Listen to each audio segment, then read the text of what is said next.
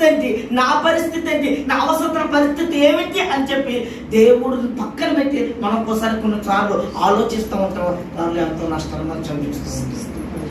అర్థమవుతుందని ఈ విషయాన్ని జ్ఞాపకం చేసుకోవాలి. చూడండి, మీకు ఒక మాట చెప్తాను. యోనా దేవుడికి ఇష్టము లేనిది యోనా చేయడానికి ఇష్టపడ్డాడు. దాని ద్వారా యోనాతో పాటు అనేక మంది నష్టపోవడానికి కారణం. ఓకే, గెహాజీ ఏం చేస్తాడంటే వద్దు అంటే ఆ యొక్క దైవ సేవకుడు ఎవరి దగ్గర, ఎలీషా ఏదైతే వద్దు అన్నాడు చూడండి, స్పష్టంగా వద్దు నయమాను తీసుకెళ్ళిపో అన్నాడు. మరి గెహాజీ ఏం చేశాడు, పరిగెత్తాడు. అంటే దానికి అర్థం ఏంటి, దేవుడు వద్దు అన్నది నీ జీవితంలో వద్దు. ఎందుకంటే ఆ వద్దు నువ్వు అనడమే నీ ఆశీర్వాదం, వద్దు అనడమే నీ మేలు, వద్దు అనడమే దేవుడు గొప్ప కార్యాలు చూడటం.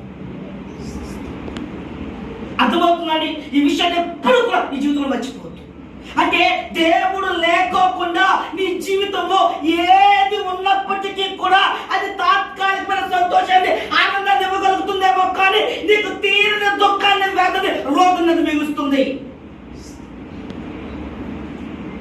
ఈ సత్యాన్ని ఖచ్చితంగా నువ్వు జ్ఞాపకం చేసుకోవాలి. ఇక్కడ అదే మాట్లాడుతుంది. గెహాజీ వెళ్ళాడు. గెహాజీ ఎవరు? ఎలీషా తర్వాత అంత గొప్ప వ్యక్తి.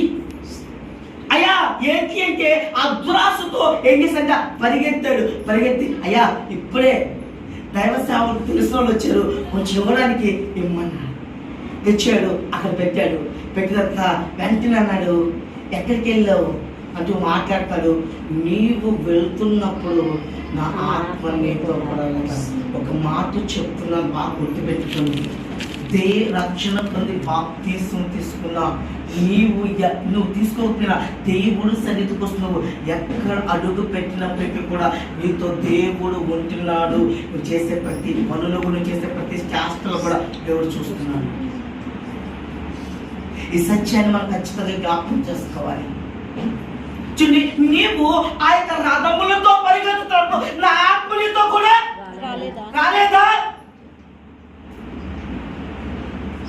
చూడండి, అంటే నువ్వు అసలు అద్భుతం చెప్పండి. అసలుకి నువ్వు రథాల వెంట పరిగెత్తాల్సిన అవసరం లేదు. ఎందుకంటే నువ్వు ప్రార్థన చేస్తేనే అద్భుతాలు, నువ్వు ప్రార్థన చేస్తేనే ఆశ్చర్యాలు, నువ్వు ప్రార్థన చేస్తేనే బలమైన కార్యాలు.